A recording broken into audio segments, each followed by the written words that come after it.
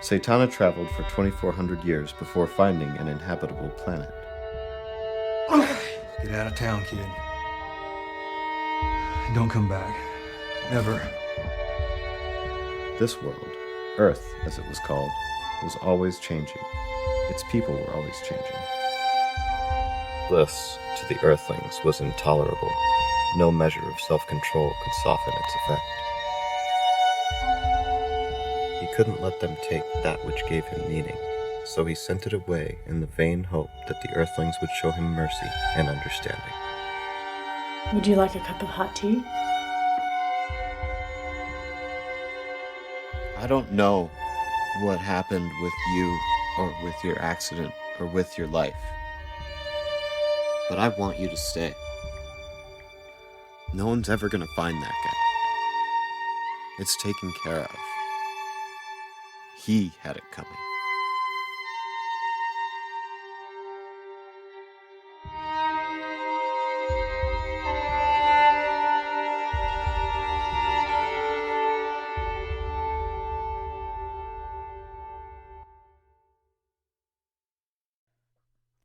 Chet Turner is an independent film producer and writer best known for crafting unconventional horror that dares to stray from the cliches we've all come to expect. Since launching Chet Turner Films in 2018, he's made it his mission to explore the disturbing consequences of human choices, serving up original, often uncomfortable narratives that leave lasting impressions. His signature blend of darkness, dry humor, and sharp human insight creates an atmosphere that lingers long after the credits roll.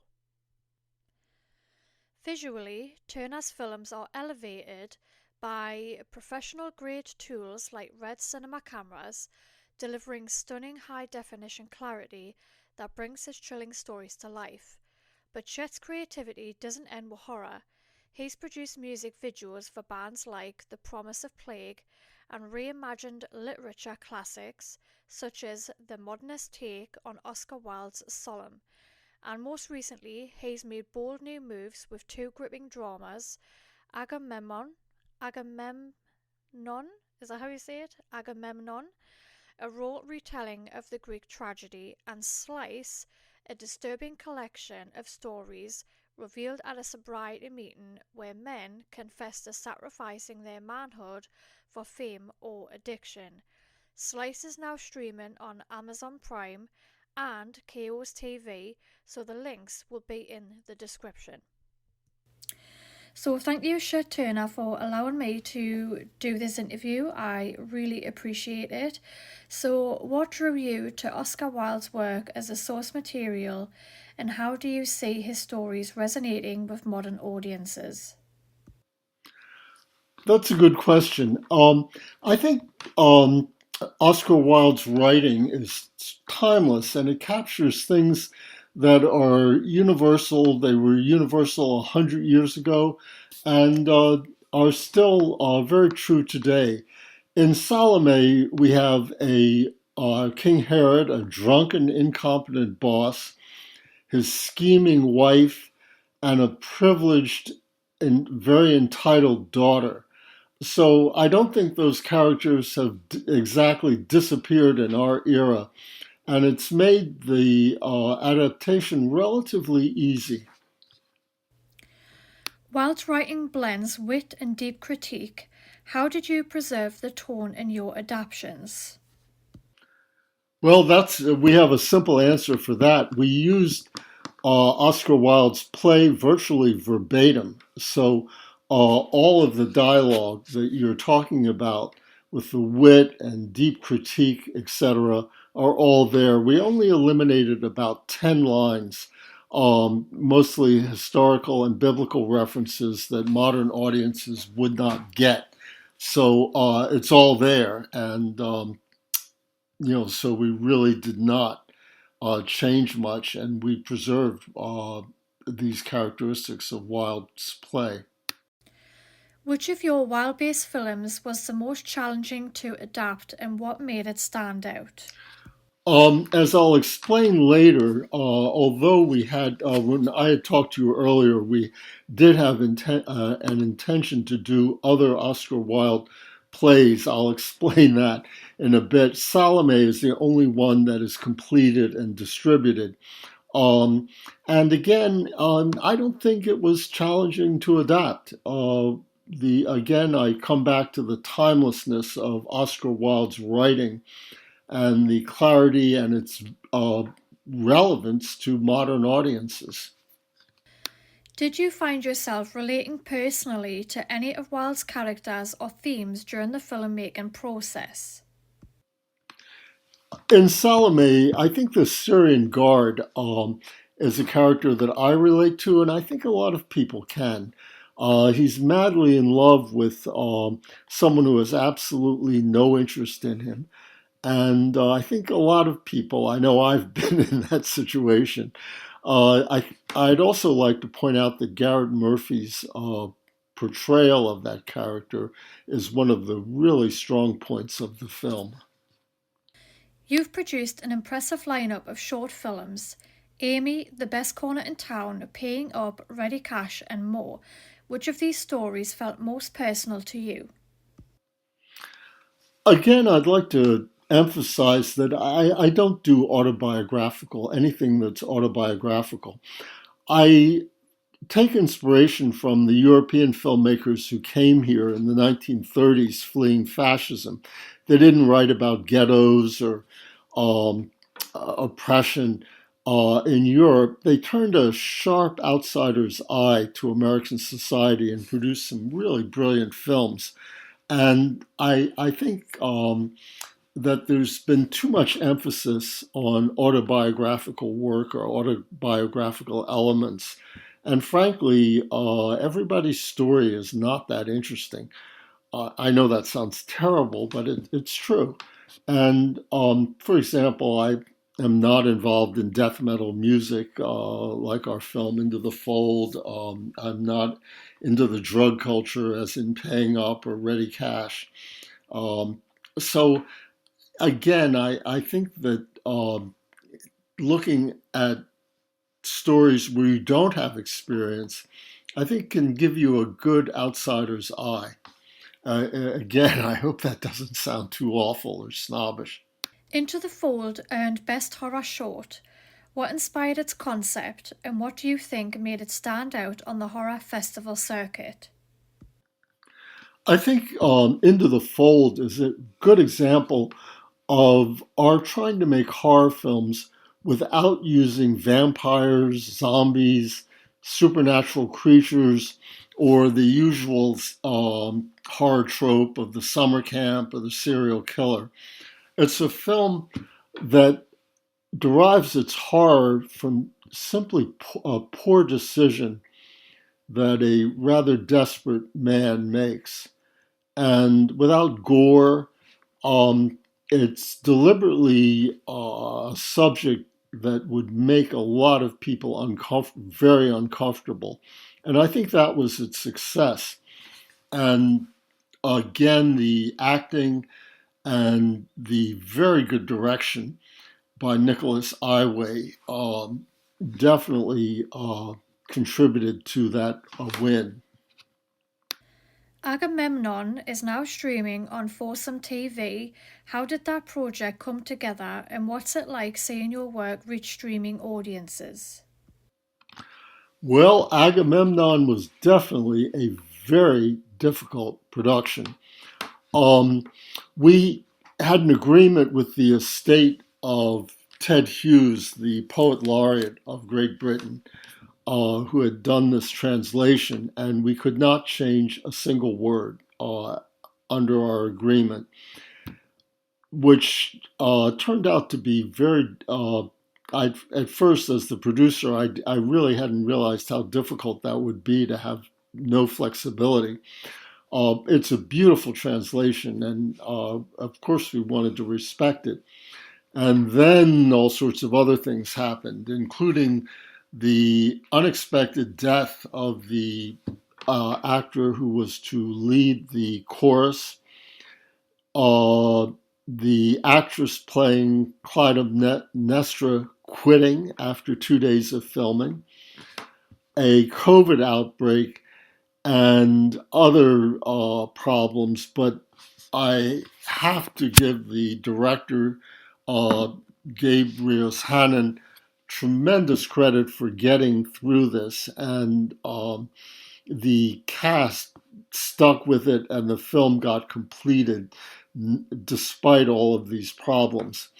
And actually, it was wonderful seeing it finally reaching a streaming platform and going out to an audience. This play was written in 456 BC and has basically been in production for over 2,500 years. So and to bring it to a modern audience was a real challenge, and we did it. So, but it was definitely my most difficult production. Your film Slice is now on Amazon Prime and Keo's TV. What was the distribution process like, and how has that response been so far? Slice is a very controversial film, and we weren't sure that it would we could get it onto Film Hub and that streaming services would take it. We had to censor some of the scenes that the film originally was sort of a Midnight Madness, over the top type production. So we were very happy to get it onto Film Hub and pleased that both Chaos TV and Amazon Prime have taken the film. It is a anthology of some of our best shorts with a bridge, a overriding story that ties them together. So it was quite a long process, getting the shorts together, filming the bridge. But again, working with great directors like Dustin Mills, Nick Iway, and Austin and Dylan Shell, and Nicholas Holland really made this possible. And I as an executive producer, I have lucked out, and in that I've worked with just some great filmmakers and who have been on time, on budget, and produced really good work. Your films have been accepted into over 30 festivals and won awards at 16. How has the festival experience shaped your evolution as a filmmaker? We've been very selective about the festivals that we submit to. We avoid online festivals that usually are sort of junk. And we have come up with an acceptance rate of about 30% for Slice and uh, the short films. It it's tempting to submit to a lot of different festivals or even the big ones, but we tend to try to select mid-size. The very small ones, don't get you the publicity or audience you need, and the big ones are out of reach, and you can spend a lot of money getting rejected.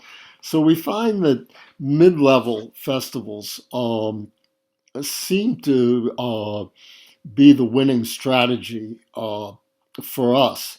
Now, I don't think the festivals have actually changed any of the things we do. Uh, I don't think that would be a valid statement. Winning Best Actor for Dave James Parker in 2021 must have been a proud moment. What was your collaboration like with him? That win, by the way, was at the Cannes Short Film Festival, which is one of the largest short film festivals in France. And Dave Parker certainly deserved that. He is a very strong actor who's been in 36 independent films and I should add, is the person who got me into movies to begin with. I used to watch his movie reviews on YouTube, and I wrote a story and sent it to him. And to my surprise, he said, "Wow, this is great. We can make a short film of this." And that was the beginning of my film production.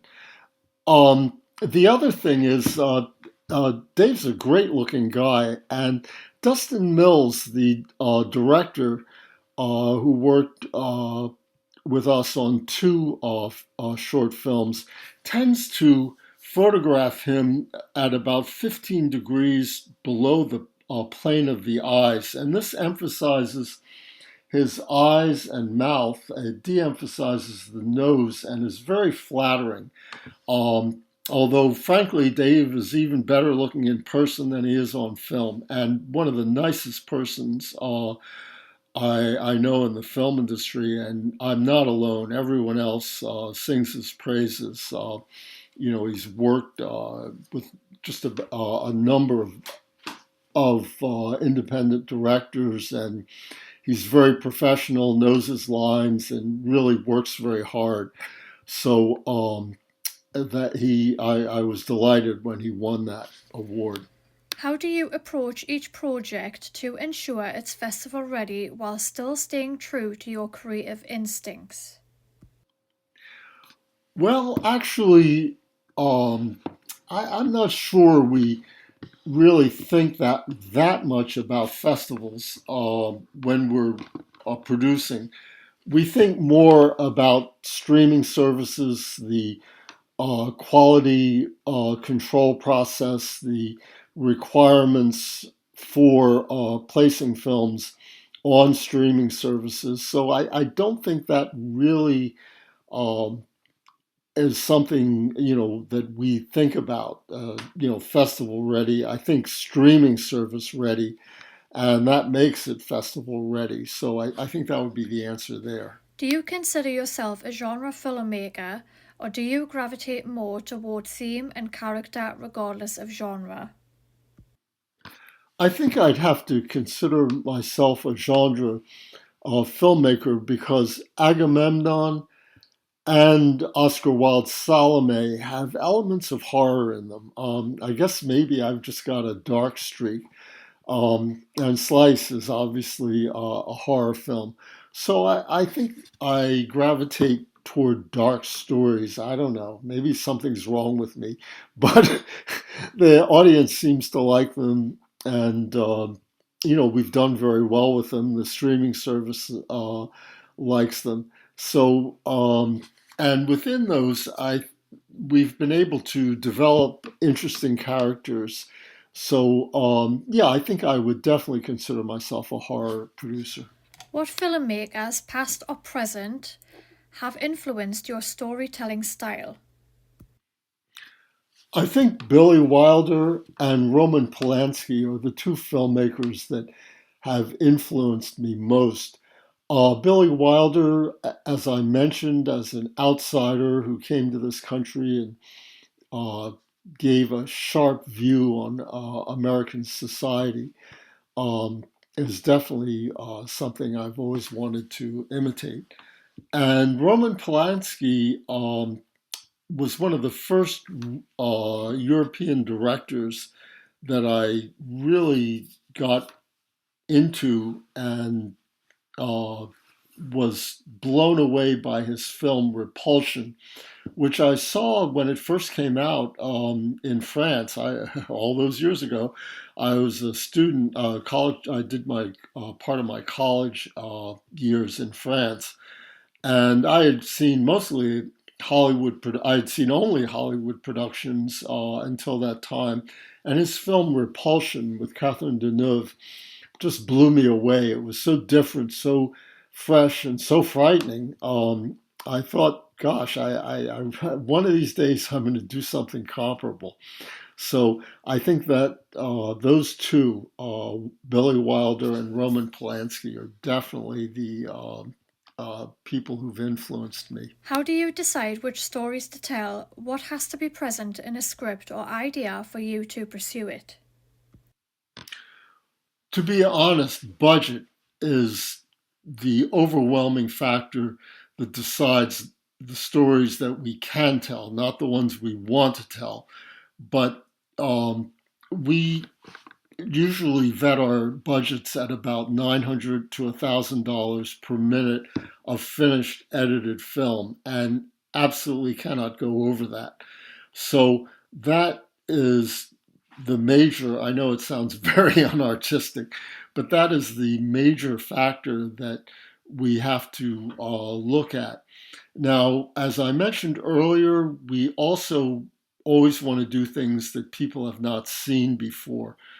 Um, for example, as I mentioned earlier, we avoid the usual horror tropes of vampires, zombies, the serial killer, things like that.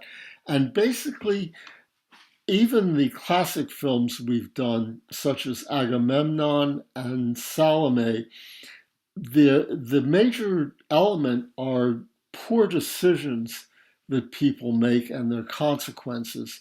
And we have found that this is a very good source of horror because I think everyone has made a poor decision in their life and wondered how bad the consequences can be. So I think that's been our strength. I hope that What's the answers your most question. important lesson you've learned about independent filmmaking through your journey so far? Well, I think the importance of film quality, the using high-end equipment, and the emphasis on post-production, so that the sound and color are consistent, are the most important things that I've learned, and I've learned them from the excellent filmmakers that I've worked with, as I've mentioned, the Shell brothers, uh, Dustin Mills, Nick Iway, and Nicholas Holland have all really made me realize that one reason our films have done so well for an independent company is the quality of the films. So I think that is something, I see some really good storytelling done very sloppily with low production values, no interest or no thought to the lighting or sound quality. And, it's a lesson not all independent filmmakers seem to have learned. Can you share anything about upcoming projects or future adaptations? I had mentioned that Salome is the only classic Oscar Wilde adaptation that we've done so far, but we had planned to do a modernist version of the picture of Dorian Gray. We had started looking at locations, including my club in New York, and had started thinking about actors and were about to commit funds when lo and behold we learned that Netflix is also doing a multi-million dollar production based on the same literary work. So we cannot compete with a multi-million dollar production. So this was more of a cautionary tale. We're looking at several other classic plays that we would like to do, including other Oscar Wilde works. But I thought I would give you this cautionary tale. How has the landscape of digital streaming and indie film changed your approach to producing and distributing content? Well, despite my advanced years, I actually have only worked in the digital streaming environment. So, right from the get go. So, I really haven't changed anything. But I think, as I've mentioned, the maintaining the quality of our films, the physical quality of them, and trying to do stories that people have not seen before have worked for us. And I don't think in a previous era we could have done any of that. But streaming has opened up a whole new market to independent producers like myself. Thanks. Now, finally, what advice would you offer to new filmmakers trying to break it into the industry with passion projects? It's funny you say passion project. The original definition of passion is suffering. So, yes, be prepared to do a bit of that. But I think my major advice would be to pay attention to budget, to vet every scene to see how much it would cost you, because the independent film world is littered with uncompleted projects due to budget constraints. So work that out first and make sure that you have the funds beforehand to actually make your film, and don't count on raising money later. That's often just doesn't work out. There's also post production expenses for sound and light quality. That you cannot ignore. The other thing, segueing into quality considerations, is to read and be familiar with the streaming services quality requirements as far as bitrate, resolution, sound, lighting, um, and to think of that beforehand and not try to fix things later, which is frequently either not possible or prohibitively expensive to do. Um, and of course, as everyone will tell you, think of what is the audience for your film? Who exactly are you aiming for? So those would be my major points as far as production. The other thing is to um, use written contracts for everybody who is involved in the film, and that way people know what is expected of them in the production, and gives a little legal reinforcement to what you're doing. So those would be my major points. Thank you so much to Chet Turner for allowing me to do this interview and introducing me to the movie Slice. I am going to definitely check it out. It looks very interesting, and I hope everybody at home enjoyed this interview. If you did, please give this video a like, a thumbs up. It's free to do, and also to subscribe, it's free to do that as well. And please leave your comments down below who you would like me to interview next. And other than that, I hope you enjoyed it once again, and I hope you all enjoy the rest of your day, whatever you might be doing, and I will catch you on the next one. Bye, sickos.